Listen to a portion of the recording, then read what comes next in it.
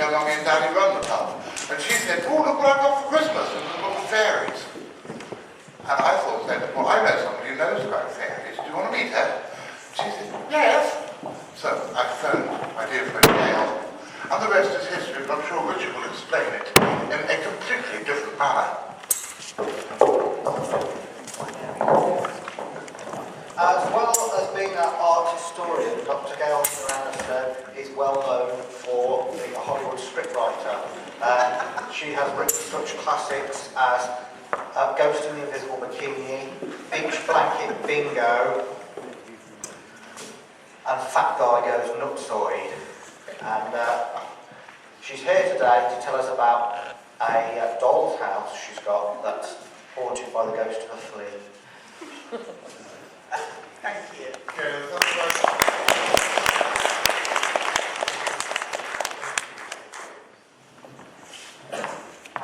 you stand or sit? Stand. Okay, I would like to comment, you can all hear. First of all, does everybody in the building who needs to be here know about it? There were several young audience members, so just make sure the message gets out. On the screen behind me is a fairy. You're probably in no doubts about the fact that you're looking at a fairy. I have to start by saying that I have no idea what fairies are. I do completely believe that people believe in fairies, that they see fairies. And as a very general point, I think in the past, this belief was much more prevalent than it is now. It was probably taken as a given part of life, especially in agricultural areas, in the medieval period. Now, I'm being really vague there, and the reason I'm being vague is a point I've got to start by making. Belief in fairies is not a religion. When you're talking about a religion, you have what are called dogma, you have ideas that are written down, that are official, you have something you can refer to. This is the way it works. Fairies are not like that. Fairies are a superstition. That's one reason it's so difficult to talk about them, because we can't refer to a Bible that says, and this is what a fairy means, this is when you'll see it, and this is how it relates to other things. There is no Bible of fairyland. What we've got are ideas and beliefs that were very strongly believed in, but that were passed orally from person to person, word of mouth. And for all I know, what people said about the fairies might have been different literally from one village to another. It is that open to variation. So, how do we know anything about them at all? Because at certain points people come in and start writing down these oral traditions. But they're usually written down by outsiders who notoriously get things rather wrong. So we've got a slightly fraught situation. We don't know when people started believing in fairies. What we do know, and I'm talking largely about the situation in Britain here, we do know that around the 12th century, people start writing things down. Now, they're not the old lady in the cottage writing it down, or the farmer who thinks the brownies help him with the household tasks writing it down. They are usually educated men who have come into the community, are seeing something slightly strange, they're hearing stories, and they write them down. So they're almost always outsiders' viewpoints. But we know, for example, in 1188, Giraldus Cambrensis writes down a story that he's told about a boy going to fairyland. He's actually told it, interestingly enough, by a priest who claims that he was that very boy. It's also interesting to know that as early as 1188, Giraldus Cambrensis doesn't necessarily believe this is true. In the 13th century, again, people are writing them down. Gervase of Tilbury writes about the Pautons, who were Cornish fairies, who were apparently half an inch high. We will be coming back to the issue of size. It really does matter. However, he also tells us that these Pautons used to carry around frogs, because frogs were a favourite delicacy, and if they found a fire, they would roast a frog. If you're half an inch high, you're not really carrying around frogs. So we've also got the possibility that whoever writes it down gets it wrong, or it gets copied by another scribe, and they misinterpret something. Walter Mapp is also writing things he's been told in the 13th century. Ralph Coggeshall, who writes down the story of the green children of Woolpit that was mentioned in one of the talks yesterday. Obviously, somewhere around the 12th century, you get the phenomenon of people coming in and writing stories that other people have believed in, but have never written. By the time you get to Chaucer, Chaucer in the Canterbury Tales can actually write, well, people used to believe in elves, used to happen a long time ago. So by what we call the Middle Ages, you've already got the concept that the fairies were something which belonged to an older set of ideas. So you might think the fairies were in decline at that point. I'm not sure that's true. They get revived for various reasons which are not to do with belief. They are to do with fashion, they are to do with national identity, as we're going to see. But when they get revived, you often find you've still got echoes of those older stories, the belief stories. For example, the obvious one, we're going to be coming back to this, Shakespeare. Shakespeare's Midsummer Night's Dream, written in the 1590s, tremendously influential fairy text. He doesn't tell you that this is what people believe, he is telling you a story, he is making it into a play. He doesn't set it in the here and now, he says this happened a long time ago in Athens. But in A Midsummer Night's Dream, he clearly has got a handle on some real fairy belief elements. For example, he has a character called Puck, who completely fits a pattern we already know of the sort of nuisance, mischievous fairy. He also has Titania and Oberon, the king and queen of fairies, as rulers of the natural world. So he has got a very strong line. So even at the time you've got someone like Shakespeare saying, this isn't for belief, this is a courtly entertainment, this is great fun, everyone's going to have nice costumes, he's still actually accessing some older ideas. The ideas don't go away. For example, in 1645 in Cornwall, there was a woman called Anne Jeffreys who apparently visited fairyland. That is a classic kind of story of the kind you'd expect to find in the 13th century. It's still in place. It's still being presented as first-hand experience in the 17th century. 17th century, the great diarist, John Aubrey, records quite commonplace ideas. Oh yes, that priest was walking home and he got troubled by the fairies, as if it's quite standard. I think it's really in the 18th century the fairies get examined. They become part of that old world that we're not really looking at anymore. After all, the 18th century is the age of reason, which is exactly why it's also the period when you get the greatest new element of fairy identity that there has been since the idea first was approached, and that is the element of showing them, of depicting them. What fairies look like has got very little to do with what people used to believe about fairies. There's a big gap. Right, before I go on to what they look like though, I'm going to have to ask a big question. What are fairies? I don't mean, can you do a Catherine Briggs and make a dictionary which will list every different word for fairy folk, every different size, every different superstition? I mean, what are the ideas behind them? What did people, when they believed in them without intervention, what did they think they were believing in? According to some of the stories, it's fairly obvious that one idea was that fairies were dead people. Becoming a fairy was one of the things that might happen to you after death. It wasn't necessarily a good thing. So that's one set of ideas. There's also the theory that these are remains of older pre-Christian religions which have now become... Sorry, is it this doing this? And if so, what can I do to stop it? Can you swap it for the other one?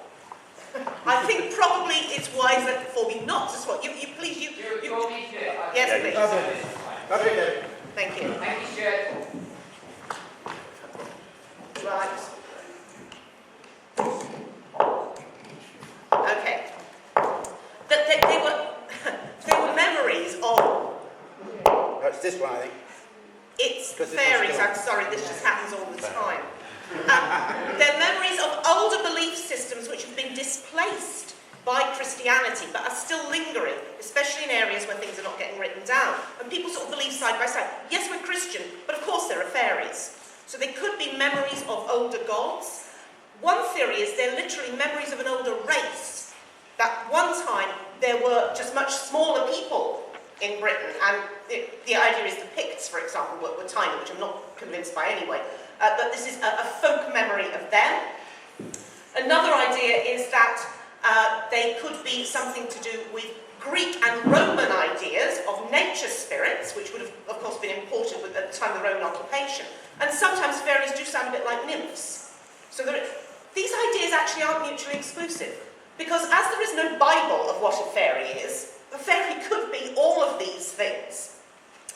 A particularly strong belief, though obviously the one that only comes in with Christianity, is that fairies are something to do with angels, and that's very powerful when we come to look at them. The reason for this, the rationale behind this idea, is that the angels fell from heaven, led by Lucifer.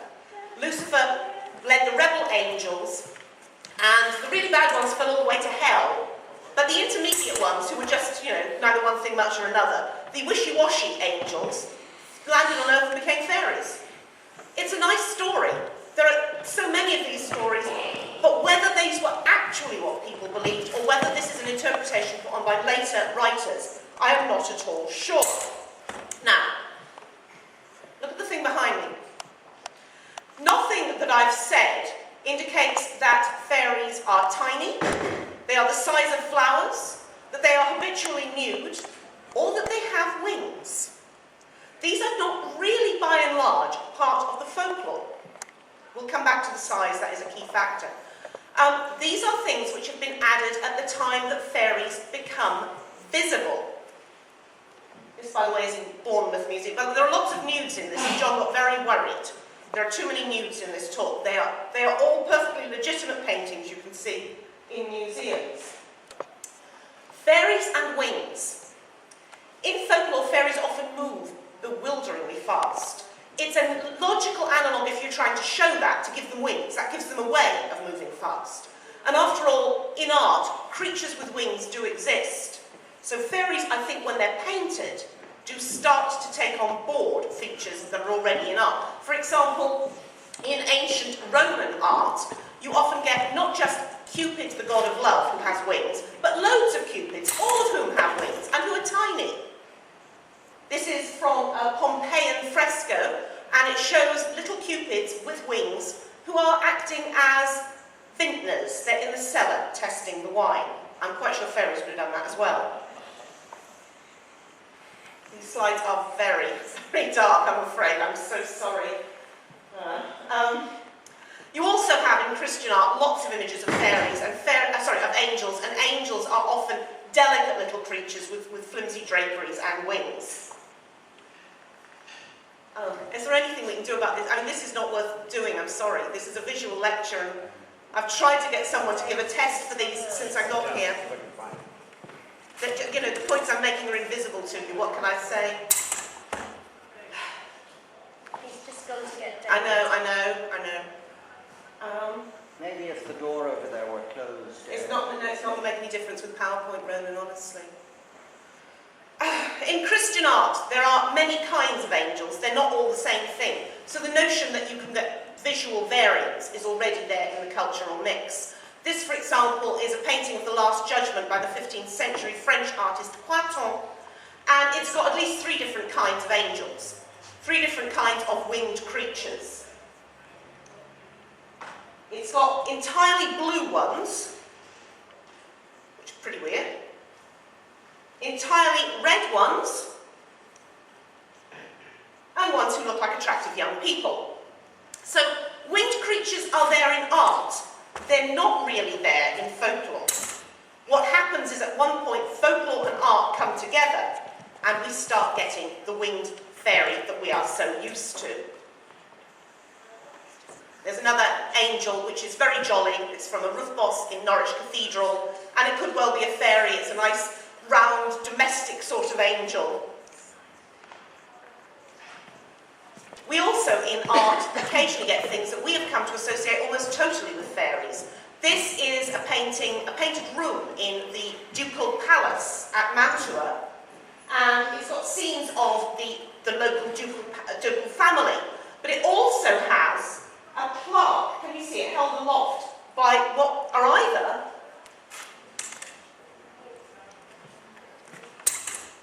Dave, can you do it manually?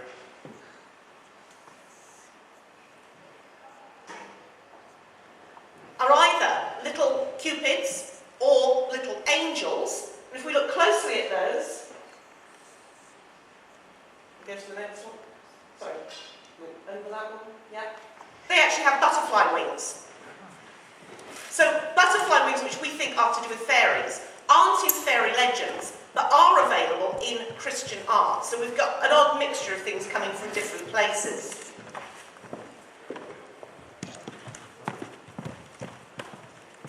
So when did people actually start painting fairies, doing images of fairies? Well, a lot of this is to do with, I suppose, a Marxist view of art production. The people who believed in fairies were not the ones who were producing visual art. They were the poorer people, often the rural people.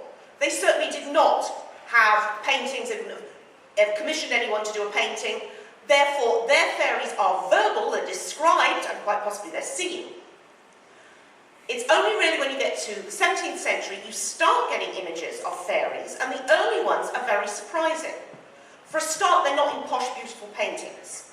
They are in very down-market, cheap pieces of printed ephemera. This, for example, is a woodcut from a 17th century ballad. And also, look at them.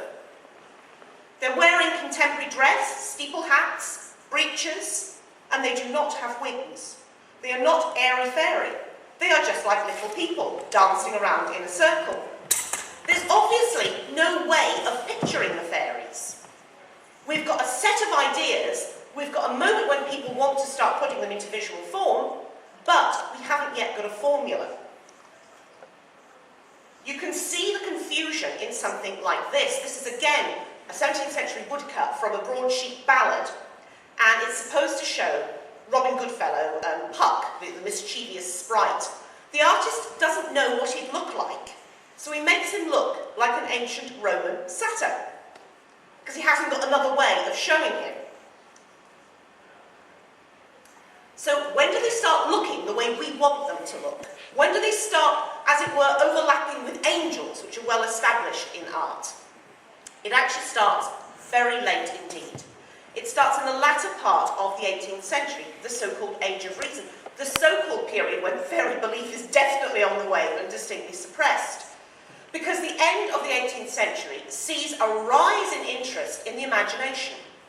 Perhaps because you've had the Age of Reason, where everything's rational, you've suddenly got a period when people start thinking about wild ideas. This is a great image of that irrationality coming in. This is Henry Fuseli's painting, The Nightmare, and it is not a reasonable painting. It is about the experience of strange things happening mentally and emotionally. But this painting also gives us a clue to another reason why people start showing fairies. This painting was shown at the Royal Academy of Arts in London. We still have the Royal Academy of Arts in London. That institution is an 18th century institution. It was put together largely by an artist called Sir Joshua Reynolds, who was a friend of Fuseli, who painted The Nightmare. It was put together to elevate the status of the visual arts in Britain. Once you've got the Royal Academy of Arts, you've got people starting to think about subject matter. They're not just painting a portrait of Milord so-and-so or his prize cow. They're now looking for interesting subject matter that can go on public exhibition. And they're also thinking this is to elevate the arts in Britain. So let's think about some British subject matter. What is the mythology of Britain? And they start thinking about fairies. There's plenty written down by this stage. There are still people who believe in fairies, although they will perhaps be in a minority and not the most educated. But what there isn't is a visual vocabulary. And this is where it starts to get put together. The other name in this mixture is Shakespeare. Because at the Royal Academy, when they're looking for some kind of subject matter which shows how poetical, how imaginative we are, and also how British we are, well, there's all these plays by Shakespeare. It's also the period of a great theatrical revival, largely led by David Garrick. People are going to the theatre, it's very fashionable. Artists start painting Shakespearean subjects, and one of the favourites is A Midsummer Night's Dream. I think a lot of our visual ideas about fairies come specifically from A Midsummer Night's Dream. Now, in Midsummer Night's Dream, you have fairies who are powerful. You also have the notion that fairies are very attractive. And you also have the notion that fairies might be very small. Shakespeare never actually specifically says what size his fairies are. In fact, he gives us some contradictory evidence. The main fairies, Titania and Oberon, must presumably be more or less human size. There's a long plot about wanting to adopt a little Indian boy, a human child, which suggests they're going to be human size. But he also talks about fairies who are clearly insect size and whiz around. He can't have shown these on the stage, by the way. He must have just had perhaps children playing the part of the smaller fairies. He calls one of the fairies in Midsummer Night's Dream Moth, which automatically makes you think in terms of fairies, insects. You know, an obvious parallel. So things that are in Shakespeare's play are now becoming visual.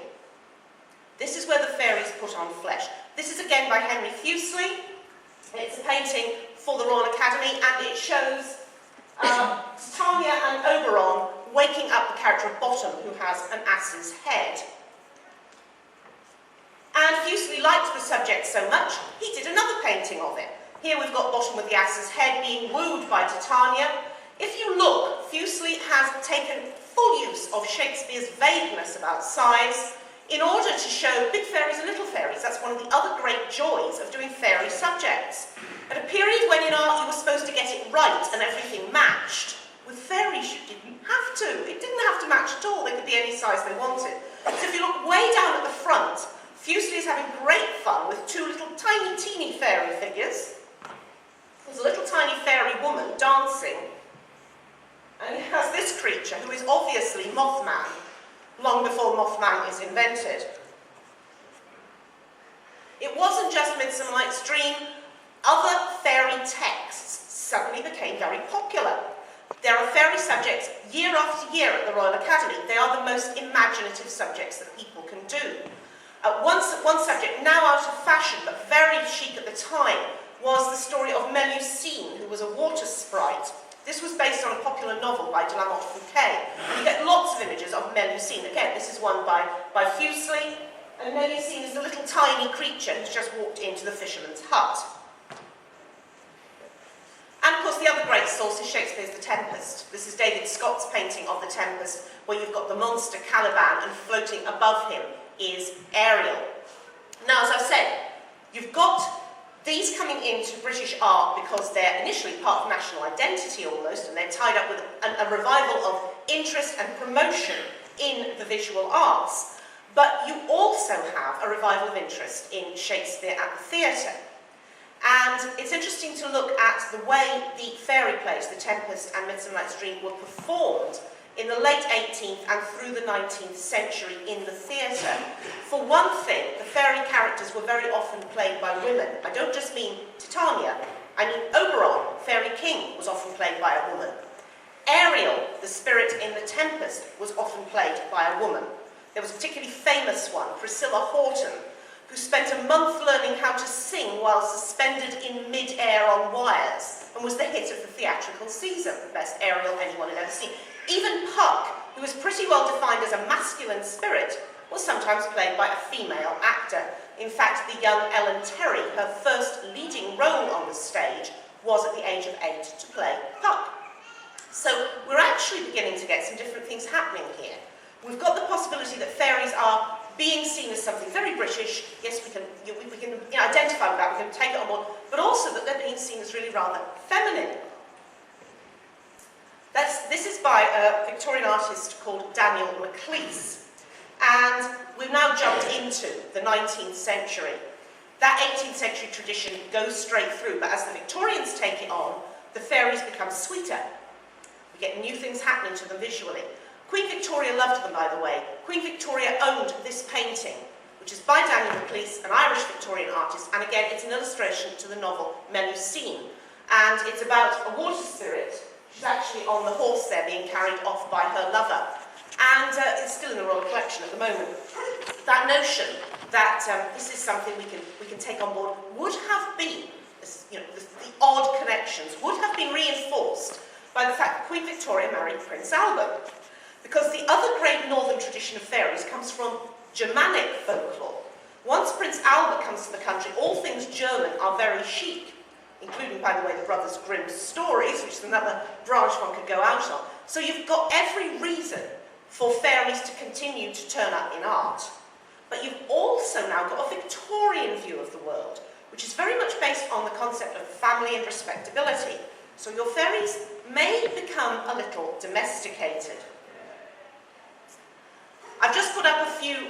Maclise. He's one of the forgotten early Victorian artists, and he does all the subjects you'd expect. He does A Midsummer Night's Dream. Here is Bottom waking up from his enchantment, and there are loads of little fairies all around him, really almost annoying him. And there is a detail of one of them. You can see they're not actually pretty little girl fairies. In this case, they are rather aggressive-looking, masculine fairies. This is the other thing that Victorian fairies do. They do two polarised things. On the one hand, painting a fairy may mean you go down the path of something which is domesticated, it is safe. But on the other hand, because it is seen as safe, fairies, they're fantasy, they're for the nursery. You can actually get away with a lot. So you actually get these two poles of the oddest things turning up in Victorian fairy painting. At the same time, you're being told this is a very safe area. This is again by Maclise, and this again shows even in the 1830s, people are still playing with that notion of how do the fairies relate to classical ideas. This shows fairies dancing in a ring, but central to them is a figure of Pan, or a satyr, who is of course a classical god. The pre-Raphaelites, probably the best known subgroup of Victorian artists, by the way, before anyone asks me, by and large didn't paint fairies. There is a very good reason for this. The pre-Raphaelites had an art theory, which was that you painted something that was in front of you. If you were painting an old man, you got an old man to pose for you. If you were painting the Virgin Mary, you attempted to get a Jewish woman wearing the appropriate clothes. If you were painting a fairy, I think you can see the problem. Because they couldn't paint fairies from life. The pre-Raphaelites by and large don't. This is the only major exception. It's by Millet. It's an image from, once again, The Tempest. It's Ferdinand hearing Ariel sing. And Ariel and his goblins look like a lime jelly.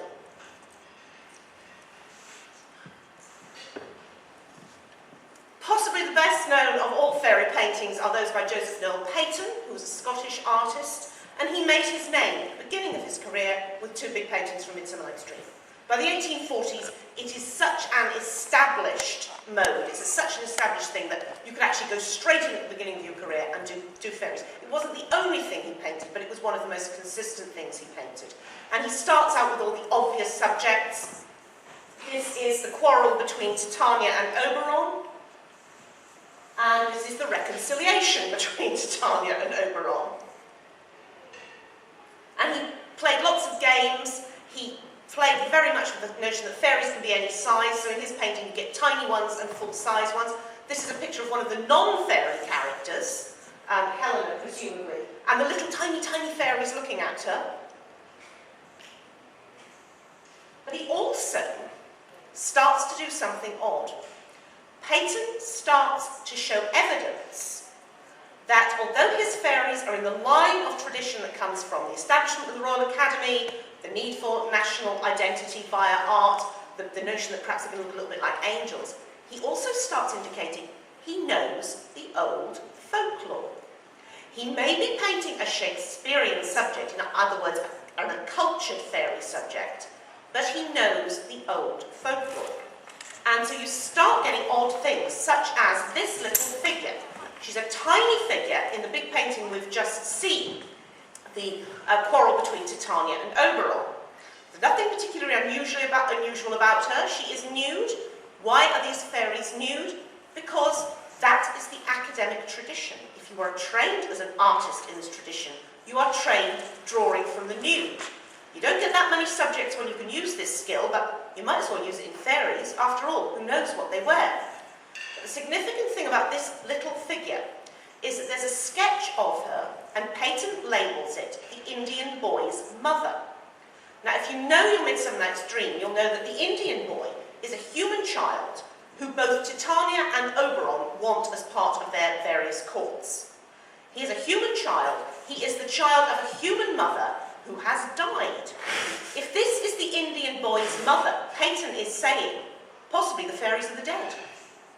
Which goes back to one of the oldest ideas about what fairies might be. So you're actually starting to get the folklore coming back in. Sorry, I'll skip over that because it's a very bad reproduction. That's Puck approaching a fairy, again by Paton. Paton starts out with the notion of, I've got to do a big fairy subject, it'll be all from Shakespeare. And when he realises how popular they are, he just pares down the subject. All you need to show is a fairy. And some of his have no subject at all. This is just a sea fairy. He's invented it. There isn't a literary source. Fairies are now an established trope within visual culture. They no longer even need Shakespeare or de la Montfouquet or whatever source you're using. They are simply something you can paint. They're also a way you can paint the nude. Now, the Victorian attitude to the nude in art is often over-exaggerated. The Victorians were, by and large, quite happy with images of nude people. What they didn't like were images of nude Victorians. It's a very subtle differentiation. If you showed a naked lady wearing or having just taken off an ancient Greek robe and called her Venus, that was fine. If you showed exactly the same lady having just stepped out of a crinoline, no, can't do that. Fairies, no problem.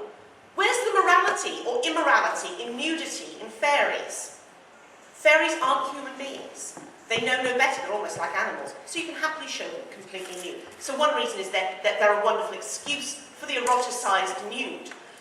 Paton actually goes further and starts imagining, almost ecologically, how fairies might look in different environments. So, for example, this undersea fairy, where does that come from? It could have come from the previous talk, actually, who's got ray-like wings. This is pure visual invention. The fairies are now off and developing on another track, which has references back to Shakespeare, has references back to earlier traditions, which are increasingly being collected by antiquarians, but which has its own internal logic. I should say that Paton also painted angels.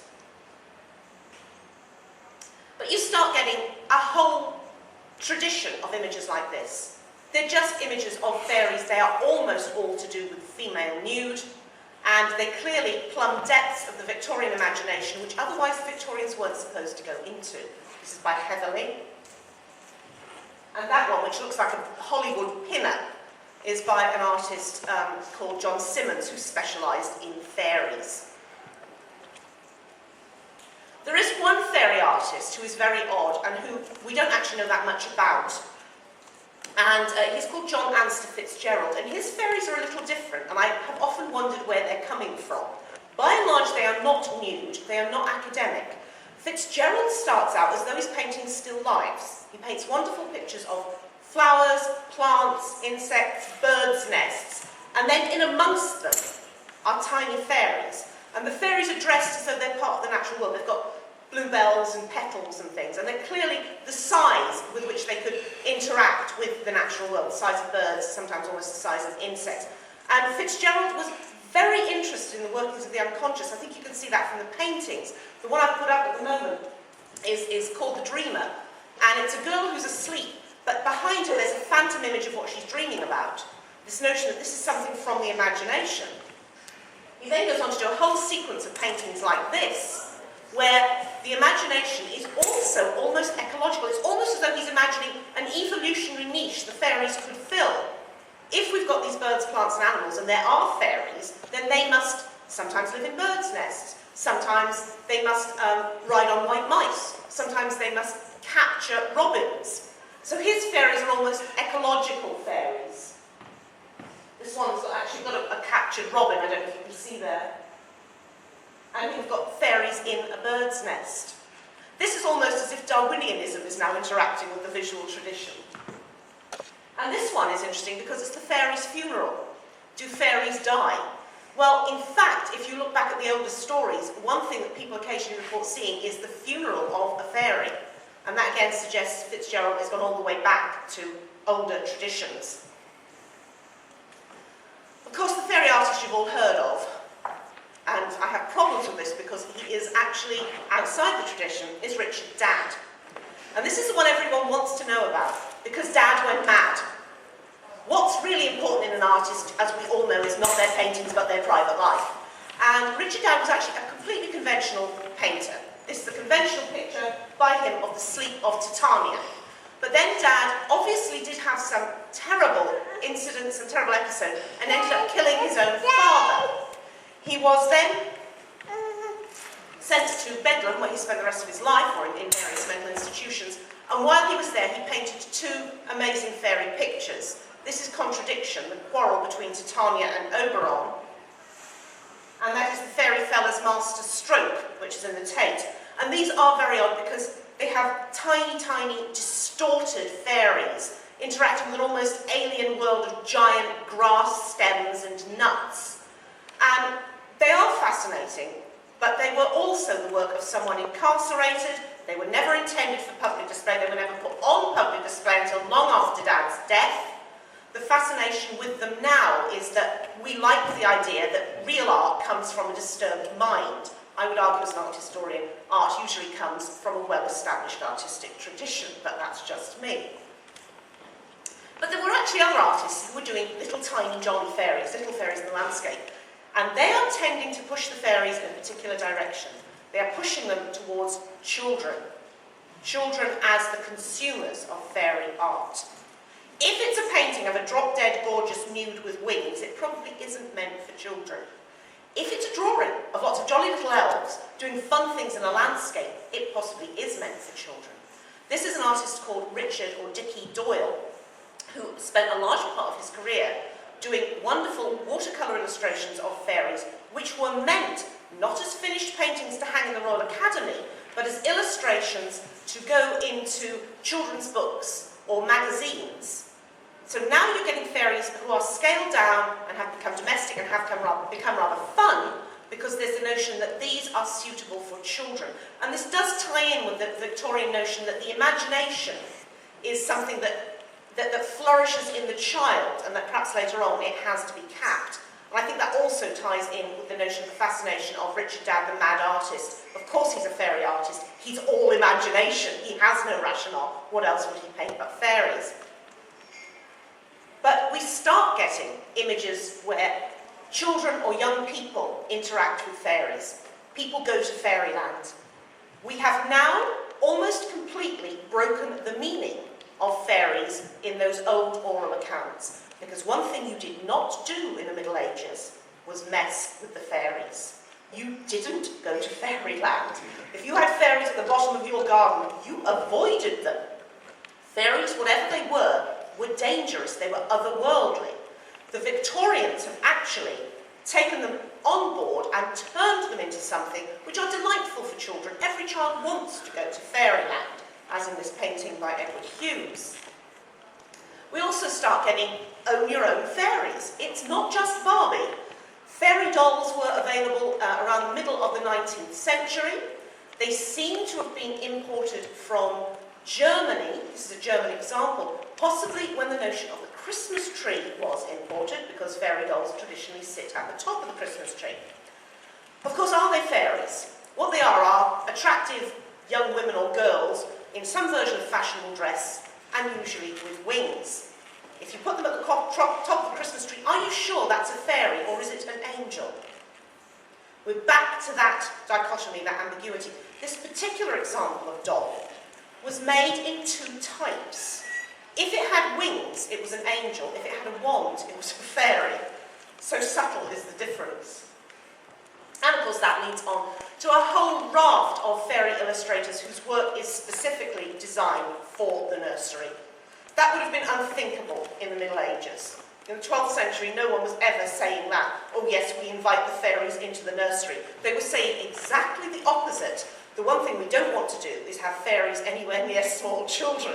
Fairies take small children away, keep them out.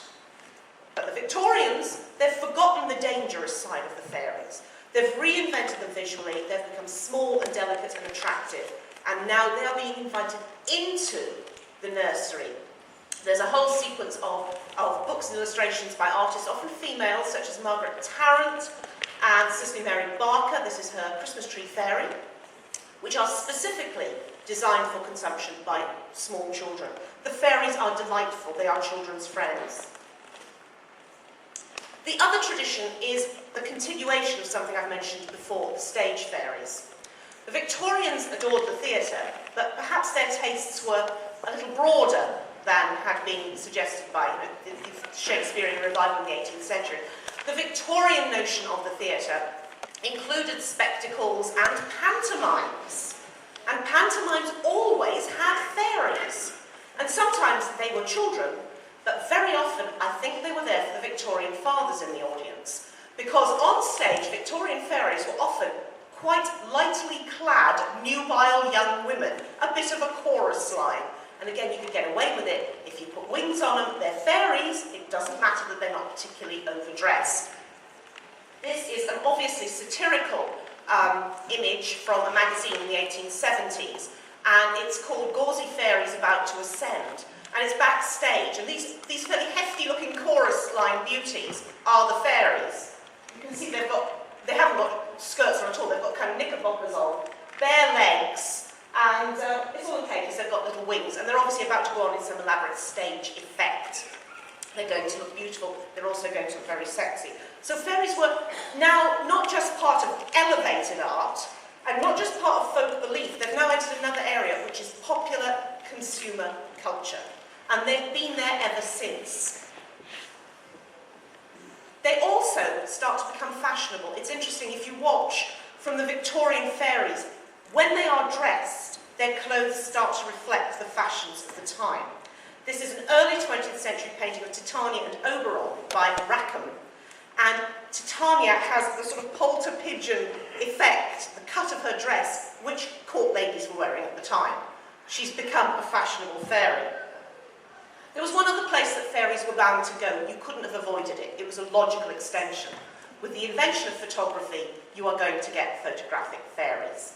The surprising thing is that the first ones you get are actually presented as real. Now, these are part of a series of photographs, and you all know them. The Cottingley Fairies, which were produced variously in 1917 and 1920 by two young women, cousins.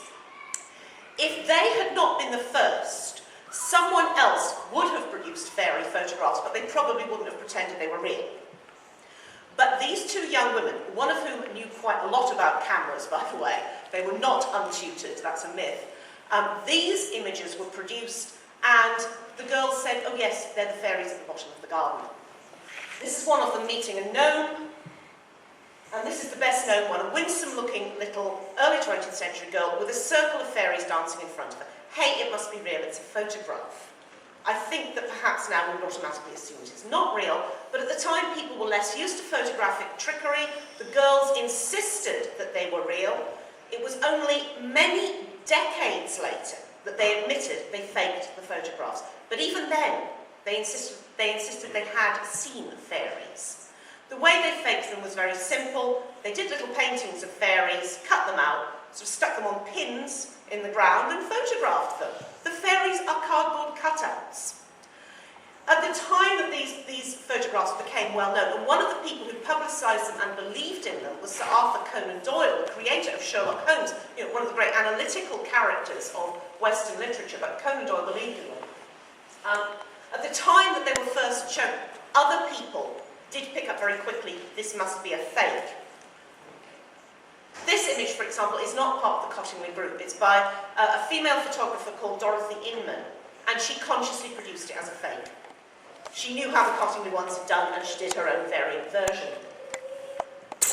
Someone else did this, which is wicked. They took a popular advert of the time for nightlights, which showed, and the imagery is interesting in itself, a child in bed with fairies dancing around a candle. I'm sure a medieval mother would not have wanted this situation in their child's bedroom.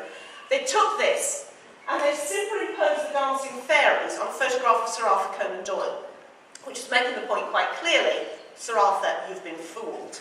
This is something that we can reproduce very easily. One thing I find intriguing about the Cottingley fairies, though, and again, a reason one does wonder no one saw they were fakes, they're sort of flappers. They're second decade of the 20th century fairies. They're sylph-like little ladies in short skirts. They don't look like traditional fairies. They look like exactly the way you would draw a fairy at that moment. And we now know that one source of inspiration was a popular book at the time. I think it was Princess Mary's gift book, which had fairies in it. And the girls copied them, cut out their copies. That's what you got. Fairies in the 20th century have been on something of an up and down of popularity. They've never gone away. Even when people were not particularly interested in them in mainstream imagery, they still remained as part of children's imagery, and they do change, which is intriguing. For a long while, they tend to retain their feminine qualities. This is a 1950s advert from Vogue magazine for very fine, gossamer fine stockings, and it is illustrated with a little naked, fluttering fairy. Fairies are feminine, stockings are feminine. Stockings are like spiderweb gossamer. You can see the way the imagery works. In the 1970s, we start getting a massive rise, it actually starts in the 60s, a massive rise of new interest in fairies. People go back, they look at all the old accounts, they look at all the depictions, they do become aware very quickly that depictions have little to do with the old accounts. You start getting dictionaries of fairies, you get the work of Catherine Briggs, for example, and you also start getting artists who look again and who don't do the Victorian thing. Possibly the greatest fairy painter of the moment is Brian Froude, or Froude, F-R-O-U-D-E. He produced a book called Fairies in the late 1970s. This is an illustration from it. And he rethought the fairies. He went back to the original stories, but he saw them very much as being part of the landscape. And so his fairies look like human beings, but human beings who have been mutated by their surroundings. And this one obviously is a primrose fairy girl with insect wings. Later on, he would develop this still further. He's still working, he does wonderful workshops, I have to say, and he started producing wonderful fairy hybrids. And these are not part of folklore, but they are a logical extension. If folklore says fairies interact with frogs, they carry frogs around, why not a frog fairy? So Brian Froude has started to produce new variant images of fairies. And they all have a slightly new age look, of course. They are themselves quite fashionable according to the times that we live in. He doesn't take it too seriously because he also plays with the fact that our ideas of fairies are actually very much conditioned by Victorian concepts.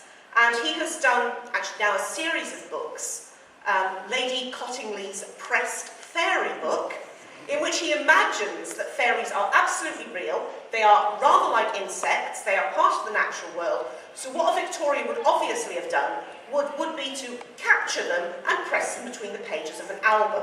And he has this hilarious book of pressed fairies. This is a variant he did for a convention that I was at. And his fairies now are sort of splattered as though you banged a fly against a pane of glass. So we now have a new game we can play with the fairies. And there are some people who have gone back and done even more exciting things.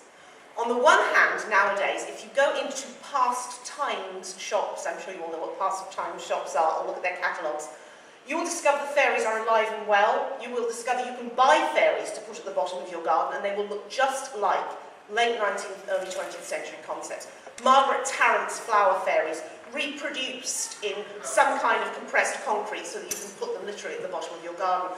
But at the same time as we still have that tradition, we have also got artists who are taking advantage of the fact that art is no longer academic. You can use different means, different methods, and who have reinterpreted what fairies might be. And this is my favourite. This is by an artist called Tessa Farmer, who is incidentally the great-granddaughter of the Welsh author Arthur Machen, famous author of supernatural tales, including the tale The Bowman, which was possibly the source of the Angel of Mons legend. So we've got an angel connection there as well.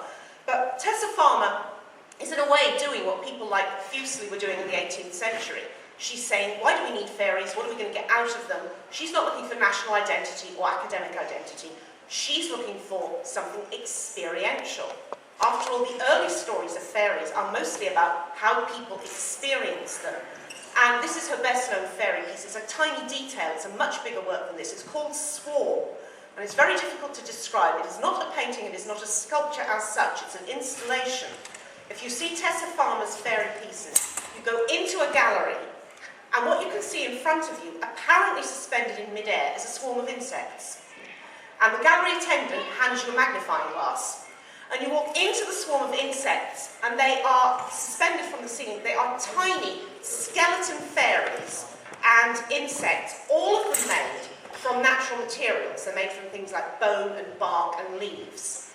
And having wonderful aerial battles. She has put the energy back into fairies. She's put a sense of wonder back into fairies. And I think that much as I love all the traditions I've described, I also, going back to my first point, think that fairies never were defined. Fairies were something you talked about, you told stories about. They were different in this village to the way they were in that village, in this part of the country to the way they were in that part of the country. Sometimes there were common story threads, sometimes they were very different. As with all folklorists, there are those who go for differences and there are those who go for things that are similar. But they were an energetic element of culture. They were not a dead end.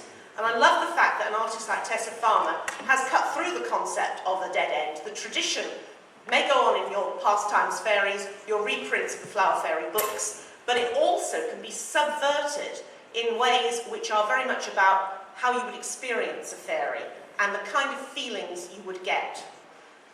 I'm sorry the slides have frankly not been up to it. There are several good books on the market about Victorian fairy paintings. There's one by Christopher Wood I would recommend. I would suggest, if you're interested, go and look it up. You can also get massive amounts of information and images on the internet. Google fairy art and you will be away with the fairies for a very long time. Thank you.